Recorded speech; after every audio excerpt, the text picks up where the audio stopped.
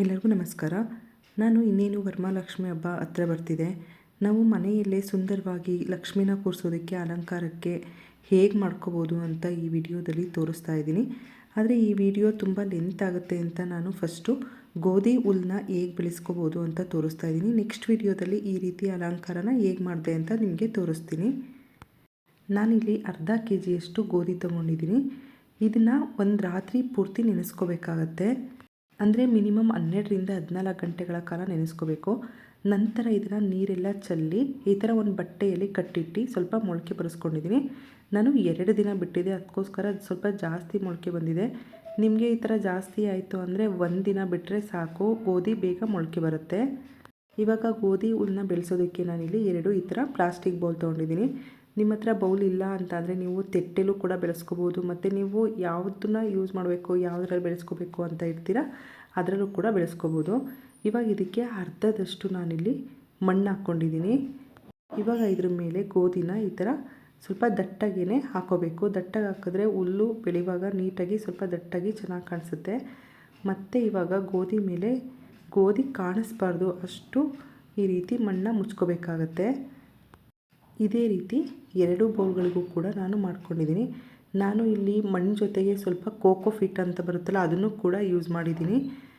ಮತ್ತು ನಿಮಗೆ ಸ್ವಲ್ಪ ಎರೆಹುಳು ಗೊಬ್ಬರ ಬರುತ್ತಲ್ಲ ಅದಿದ್ದರೆ ಅದನ್ನು ಕೂಡ ಯೂಸ್ ಮಾಡಿಕೊಂಡ್ರು ಕೂಡ ತುಂಬ ದಟ್ಟಾಗಿ ಚೆನ್ನಾಗಿ ಬರುತ್ತೆ.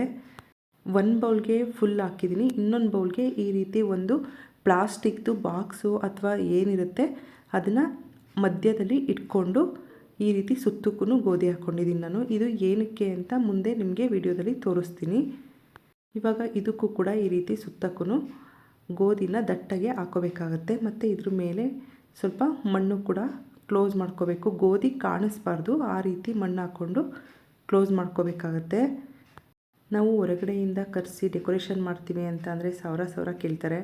ಅದೇ ಮನೆಯಲ್ಲಿ ನ್ಯಾಚುರಲಾಗಿ ತುಂಬ ಕಡಿಮೆ ಖರ್ಚಲ್ಲಿ ತುಂಬ ಸುಂದರವಾಗಿ ನಾವು ಲಕ್ಷ್ಮಿ ಹಬ್ಬಕ್ಕೆ ಅಲಂಕಾರನ ಮಾಡ್ಕೋಬೋದು.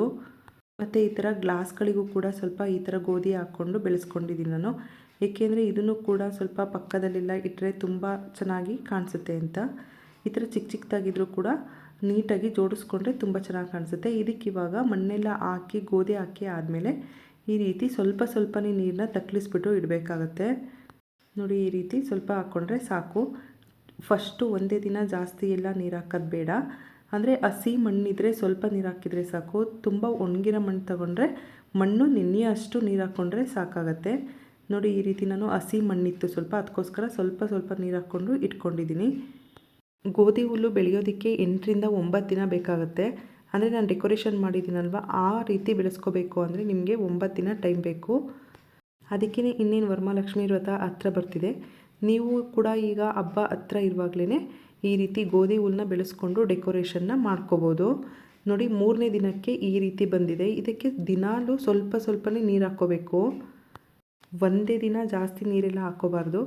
ಇದಕ್ಕೆ ಸ್ವಲ್ಪನೇ ಡೈಲಿ ಸ್ವಲ್ಪ ನೀರು ಹಾಕಿ ಸ್ವಲ್ಪ ಸೂರ್ಯನ ಕಿರಣಗಳು ಬೀಳಬೇಕು ಆ ರೀತಿ ಇಡಬೇಕು. ಅಂದರೆ ದಿನಕ್ಕೆ ಒಂದು ಅರ್ಧ ಗಂಟೆ ಅಥವಾ 1 ಗಂಟೆ ಸ್ವಲ್ಪ ಎಳೆ ಬಿಸಿಲಿರುತ್ತಲ್ವ ಆವಾಗ ಆಚೆ ಇಟ್ಟರೆ ಒಳ್ಳೆಯದು. ನೋಡಿ, ಈ ರೀತಿ 5 ದಿನಕ್ಕೆ ಬಂದಿದೆ ಇದು. 21ನೇ ತಾರೀಕು ವರಮಹಾಲಕ್ಷ್ಮಿ ವ್ರತ ಇರೋದು ಈ ಸಲ. ನೀವು 12ನೇ ತಾರೀಕು ಅಥವಾ 13ನೇ ತಾರೀಕಲ್ಲಿ ಹಾಕ್ಕೊಂಡ್ರೆ ತುಂಬ ಚೆನ್ನಾಗಿ ಬೆಳೆಸ್ಕೋಬೋದು. ನೋಡಿ, 7ನೇ ದಿನಕ್ಕೆ ಈ ರೀತಿ ಬೆಳೆದಿತ್ತು. ನಂತರ 9ನೇ ದಿನಕ್ಕೆ ಫುಲ್ಲು ಕಂಪ್ಲೀಟಾಗಿ ಇಷ್ಟು ಚೆನ್ನಾಗಿ ಬಂದಿದೆ. ಒಂದೇ ವಿಡಿಯೋದಲ್ಲಿ ಡೆಕೋರೇಟ್ ಮಾಡಿರೋದು ಹಾಕಿದರೆ ತುಂಬ ಲೆಂತ್ ಆಗುತ್ತೆ ಅಂತ ನಾನು ಇದನ್ನ ನೆಕ್ಸ್ಟ್ ವಿಡಿಯೋದಲ್ಲಿ ಅಪ್ಲೋಡ್ ಮಾಡ್ತೀನಿ. ಪ್ಲೀಸ್ ನಮ್ಮ ಚಾನಲ್ನ ಲೈಕ್ ಮಾಡಿ. ಮತ್ತು ನೀವು ಯಾರೆಲ್ಲ ಇನ್ನೂ ಚಾನಲ್ನ ಸಬ್ಸ್ಕ್ರೈಬ್ ಮಾಡ್ಕೊಂಡಿಲ್ಲ ಅವರು ಪ್ಲೀಸ್ ನಮ್ಮ ಚಾನಲ್ನ ಸಬ್ಸ್ಕ್ರೈಬ್ ಮಾಡ್ಕೊಳ್ಳಿ. Thank you for watching.